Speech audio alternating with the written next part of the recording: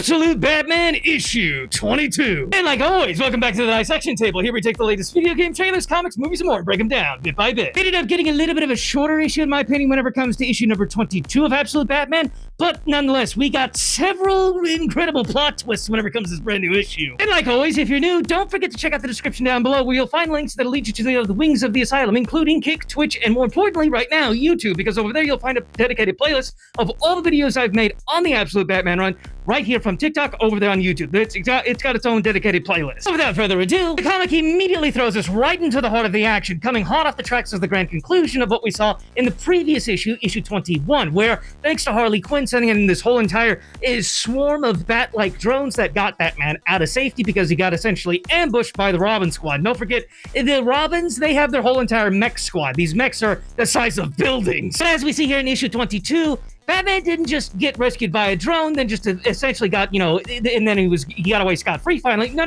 There was a lot more to the whole entire escape, because Batman ended up having to fight a whole lot of unnamed, no-face, stereotypical good guys trying to do the good thing. Is Batman the bad guy? But no, they get their butts handed to him. And also alongside with Batman is Harley Quinn herself. In case you need a little bit of a recap, here's this much, okay? Because Harley Quinn basically knows what Batman knows. Everything about the revelation, about his whole life being this well-orchestrated joke, thanks to, you guessed it, Jack Grimm, aka Absolute Joker. She knows everything. She saw a lot of the files that Jim Gordon gave to Bruce Wayne prior to his unfortunate passing at the hands of Scarecrow. And in the heart of the fight, she's going on explaining to Bruce, you can't go down this dark path of what's going through your head. I've been there. In fact, there's a lot I need to tell you, but Bruce Wayne really isn't, Batman, he's not having anything. He's like, why are we having this conversation right now? Because like I said, the Robin squad, there's right on their tracks. We even got, Jason Todd right here, who's already demonstrated to being kind of like the loose cannon of the team. This guy was willing to take down an entire building if it meant just dropping Batman. So yeah, they kind of need to get out of here. But in the midst of being pursued by all of the Robins from Jason Todd and their leader, Dick Grayson,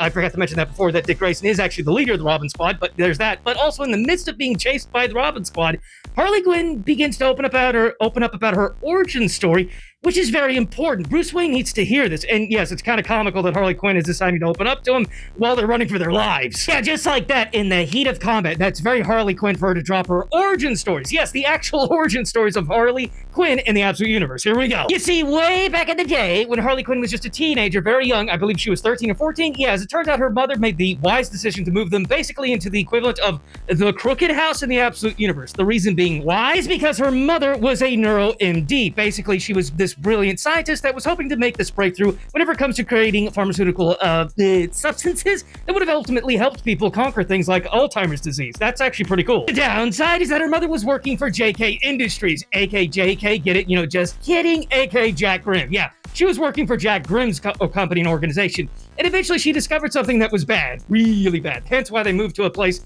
like the Crooked House, like the Crooked House belonging to the Crooked Man. Definitely not a house of horrors. And moving along, as it turns out, Harley Quinn's mother and her father, they had a falling out long before, her father was ever even on the scene. She never even met her father. They had a falling out, but thanks to a DNA test, she tracked down her actual biological father, who was living in France. He didn't even know that her mother was even pregnant before they broke up. But she did actually manage to find him, contact him, and she's been writing him letters. And keep in mind, while we're going through all these origin stories and everything, Harley Quinn, Batman, they're still running and fighting for their lives. Batman it literally takes like a half a unit in order to pin this giant down. Not working. We also see, I think for the very first time, Harley Quinn actually step into the ring, so to speak, because don't forget, the leader of the Red Hood gang in the Absolute Universe, discards her red hood, and we see that her outfit is very grounded and realistic in the sense that she has just a combat vest on, essentially. But she's still a force to be reckoned with. Every bit as dangerous and athletic as you would expect Harley Quinn to be. As is the Robin unit, because whenever it came to the whole entire grand escape for Batman when he was getting away from the Robin unit,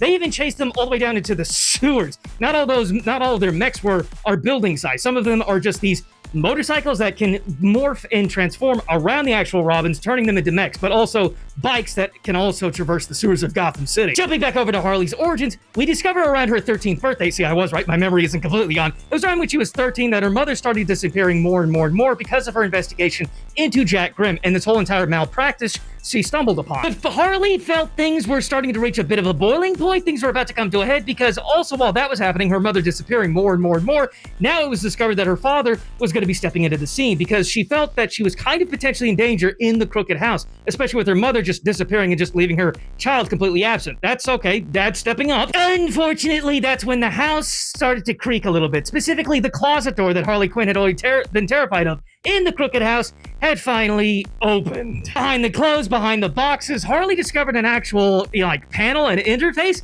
that required a code, and eventually she got it to open. And again, friendly reminder, Harley Quinn is explaining all of this to Bruce Wayne while they're still running and trying to stay alive. Now, here we go. Here comes the horror, because underneath the crooked house, a house of literal horrors, as it turns out, there was this massive subterranean network that led from the crooked house to the Arkham facility. The same Arkham facility that looks like a little bit of a city on the surface just outside Gotham City, but this is the equivalent of the Arkham Asylum within the Absolute Universe. And the Arkham facility looks kind of small on the surface, right? Yeah, don't forget, underneath the surface, underneath Gotham City, it's a city underneath a city. And Harley, at a very young age, unfortunately witnesses some of the horrors of some of Batman's villains.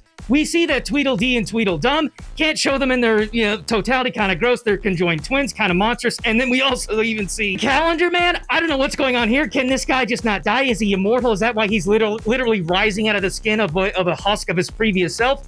And then a very recognizable clown spots Harley. This plot twist is her mother. Full name, her mother's full name is Dr. Harleen Quinzel Sr. This is the OG Harley Quinn in the Absolute Universe. And as it turns out, based off obvious appearances, Joker clearly got into her mind and turned her into the Harley Quinn we know in the main DC comic book universe. Did not see that plot twist coming. And Harley rightfully bolts out of the Arkham facility as fast as she can when she realizes that her mother is gone, because she goes on to explain, no, Jack's not bad, he's curing these people, and I'm helping him. I'm only one of his most trusted, brilliant scientists. Yeah, Harley runs for the hills as fast as she can. Jumping back to the present, Harley does everything she can to get Bruce Wayne to shut up and listen to what she's trying to tell him. That this is all just a ploy of what Jack Grimm and other characters like the Scarecrow do. They play you along with these revelations, so to speak, and then they try to put these truths, which are actually lies, in front of you, and all this other things. Basically, they're in his head, and he needs to stop and listen to Harley, but yeah, Bruce ain't having none of that. Harley tries to literally knock some sense into him, backfires, even breaks her really cool decked-out